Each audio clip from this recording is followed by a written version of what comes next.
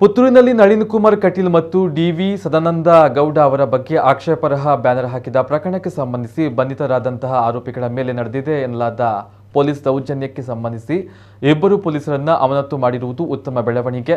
ಆದರೆ ಘಟನೆಗೆ ಮೂಲ ಕಾರಣರು ಎನ್ನಲಾದಂತಹ ಡಿವೈಎಸ್ಪಿ ಅವರನ್ನು ಕೂಡಲೇ ಅಮಾನತು ಮಾಡಬೇಕು ಅಂತ ಆರ್ಎಸ್ಎಸ್ ಮುಖಂಡ ಕಲ್ಲಡ್ಕ ಪ್ರಭಾಕರ್ ಭಟ್ ಒತ್ತಾಯವನ್ನ ಮಾಡಿದ್ದಾರೆ.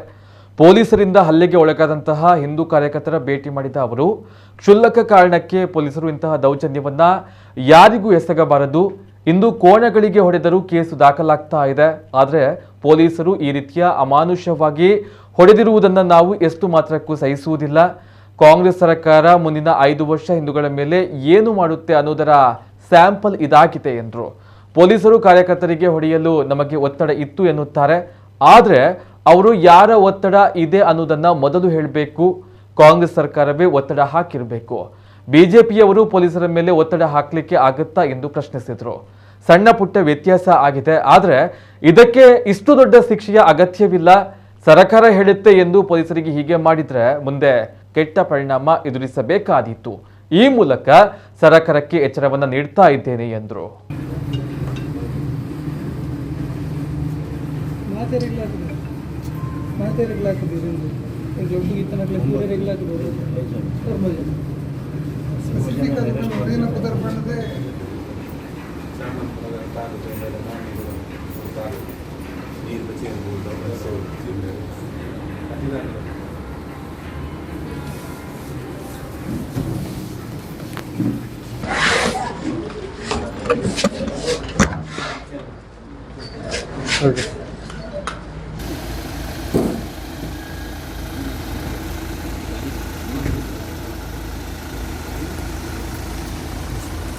ಹುಡುಗ ಹೇಳ್ದ, ಅವಿನಾಶ್ ಹೇಳ್ದ, ಮೇಲಿಂದ ವಿಪರೀತ ಒತ್ತಡ ಉಂಟು ಅಂತ. ಇನ್ಯಾರು ಒತ್ತಡ ಮಾಡುವರು? ಈಗ ಸರ್ಕಾರನೇ ಒತ್ತಡ ಮಾಡುತ್ತಾನೆ.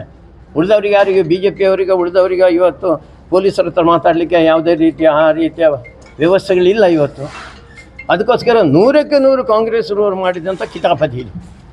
ಆದರೆ ಈ ರೀತಿ ಪೊಲೀಸರು ಹೊಡಿಬಾರ್ದು, ಈ ರೀತಿ ಹೊಡಿಬಾರ್ದು. ಹೊಡಿಯಂಥ ಕೇಸೇ ಅಲ್ಲ ಇದು. ಅಕಸ್ಮಾತ್ ಏನೋ ಕರ್ಕೊಂಡು ಹೋದರೆ ಏನೋ ಒಂದು ಸ್ವಲ್ಪ ಫೈನ್ ಹಾಕಿ ಬಿಟ್ಬಿಟ್ಟು ಅವ್ರು ಸ್ವಲ್ಪ ಬುದ್ಧಿವಾದ ಹೇಳಿ ತಗೊಂಡ್ರು. ಏನೋ ಸಣ್ಣ ಪುಟ್ಟ ಇದರಲ್ಲಿ ವ್ಯತ್ಯಾಸಗಳಾಗಿರ್ಬೋದು, ಆಗಲಿಲ್ಲ ಅಂತ ನಾನೇನು ಹೇಳೋದಿಲ್ಲ. ಆದರೆ ಇದನ್ನೇ ಒಂದು ದೊಡ್ಡ ಕ್ರಿಮಿನಲ್ ಕೇಸಿನ ಹಾಗೆ ಮಾಡಿ, ಯಾರೋ ಒಂದು ಕೊಲೆ ಮಾಡಿದ್ದಾರೆ ಅಥವಾ ಏನೋ ಒಂದು ಗ್ಯಾಂಗ್ ವಾರ್ ಮಾಡಿದ್ದಾರೆ, ಏನೋ ಒಂದು ಕಮ್ಯುನಲ್ ಇಶ್ಯೂ ಮಾಡಿದ್ದಾರೆ ಅಂತ ಹೇಳೋ ರೀತಿಯಲ್ಲಿ ಇಡೀ ಊರಿನಲ್ಲಿ ಏನೋ ಬೆಂಕಿ ಹತ್ತಿಬಿಡುತ್ತೆ ಇವರು ಮಾಡಿದಂಥ ಕೆಲಸದಿಂದ ಅಂತ ಹೇಳುವ ರೀತಿಯಲ್ಲಿ ಇವರು ಮಾಡಿದ ವರ್ತನೆ ಉಂಟಲ್ಲ, ಇದು 100ಕ್ಕೆ 100 ಖಂಡನೀಯ. ಇದು ಸರ್ಕಾರಕ್ಕೆ ಒಂದು ಎಚ್ಚರಿಕೆ ಸಂಗತಿ. ಹೀಗೆ ಏನಾದ್ರು ಮುಂದುವರೆದರೆ ನಾವು ಇದನ್ನು ಹೀಗೆ ಬಿಡೋದಿಲ್ಲ. ಇದು ಖಂಡಿತ. ನಾವು ಇವತ್ತಿನವರೆಗೂ ಹಿಂದೂ ಸಮಾಜಕ್ಕೋಸ್ಕರ ಕೆಲಸ ಮಾಡಿದವರು, ಮುಂದೆನೂ ಕೂಡ ಹಿಂದೂ ಸಮಾಜಕ್ಕೋಸ್ಕರ ಕೆಲಸ ಮಾಡ್ತಾ ಇರುವಂಥವ್ರು. ನಾವೆಲ್ಲರೂ ಒಟ್ಟಾಗಿ ಒಗ್ಗಟ್ಟಿನಿಂದ ಹಿಂದೂ ಸಮಾಜ ಏನು ಅಂತ ತೋರಿಸುವಂಥ ರೀತಿಯಲ್ಲಿ ಯೋಚನೆ ಮಾಡ್ತೇವೆ ನಾವು. ಇದನ್ನಂತೂ ನಾವು ಯಾವುದೇ ರೀತಿಯಲ್ಲಿ ಕ್ಷಮಿಸುವುದಿಲ್ಲ. ಯಾರು ಇದಕ್ಕೆ ಹಿಂದಿನ ಪ್ರೇರಣಾ ಶಕ್ತಿಯಾಗಿದ್ದಾರೆ, ಯಾರು ಅವರು ಪೊಲೀಸರು ಹೇಳ್ತಾ ಇದ್ದಾರೆ ಅಂತ ನಮಗೆ ಒತ್ತಡ ಇದೆ ಅಂತ, ಆ ಒತ್ತಡ ಯಾರ್ದು ಅಂತ ಹೇಳಿ ಅವರು, ಯಾರ ಒತ್ತಡ ಬಂದಿದೆ ಅಂತ ಹೇಳಿ ಅವರು, ಯಾಕೆ ಒತ್ತಡ ಬಂದಿದೆ ಅಂತ ಹೇಳಿ, ಏನು ಅಂಥ ದೊಡ್ಡ ಅಕ್ಷಮ್ಯ ಅಪರಾಧ ಏನಾಗಿದೆ ಮಾಡು ಹಾಗೆ, ಅದಕ್ಕೆ ಇಂಥ ಶಿಕ್ಷಣ ಕೊಡೋದು. ಅವನು ನಡೀಲಿಕ್ಕೆ ಉಂಟು ಸ್ವಲ್ಪ ದಿವಸ. ಒಳ್ಳೆ ಪಾಪ ಸಾಮಾನ್ಯ ಒಬ್ಬ ಕಾರ್ಯಕರ್ತ, ಸಾಮಾನ್ಯ ಒಬ್ಬ ಜನ, ಅವನೇನೋ ಭಾರಿ ಶ್ರೀಮಂತ, ಭಾರಿ ಅವನಿಗೆ ಗೊತ್ತಿದೆ ಏನಿಲ್ಲ. ಸರ್ವಸಾಮಾನ್ಯ ಜನ ಇರುವಂಥದ್ದು ಸಣ್ಣ ಪುಟ್ಟ ವ್ಯತ್ಯಾಸಗಳಾಗ್ತದೆ. ಅದಕ್ಕೆ ಪೊಲೀಸರು ಮಾಡಬಾರ್ದು. ಮತ್ತು ನಾನು ಎಚ್ಚರಿಕೆಯನ್ನು ಕೊಡ್ತೇನೆ, ಸರ್ಕಾರ ಹೇಳಿದಂಥ ಪೊಲೀಸರು ಏನಾದ್ರು ಮಾಡಿದರೆ ನಾವಿದನ್ನು ಖಂಡಿತ ಬಿಡೋದಿಲ್ಲ. ಅದು ಮುಂದಿನ ದಿನಗಳಲ್ಲಿ ಕೆಟ್ಟ ಪರಿಣಾಮ ಆಗ್ಬೋದು. ಅದನ್ನು ಪೊಲೀಸರು ನೆನಪಿಟ್ಟುಕೊಳ್ಬೇಕು. ಸರ್ಕಾರ ಬದಲಾದ ಕೂಡಲೇ ನಿಮ್ಮ ಈ ರೀತಿಯ ಹಿಂದೂ ಸಮಾಜದ ಮೇಲೆ ಆಕ್ರಮಣ ಮಾಡುವಂಥ, ಅನ್ಯಾಯ ಮಾಡುವಂಥ ಪ್ರವೃತ್ತಿ ಆಗಬಾರ್ದು. ಇವತ್ತಿನವರೆಗೆ ನಾನು ಯಾರಿಗೂ ಹೇಳಲಿಲ್ಲ.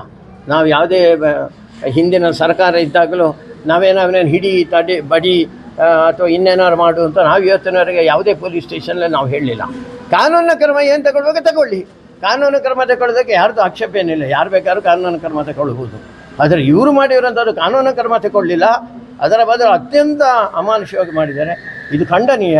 ಇದನ್ನು ಪೊಲೀಸರು ಎಚ್ಚರಿಕೆಯಿಂದ ಯೋಚನೆ ಮಾಡಬೇಕು.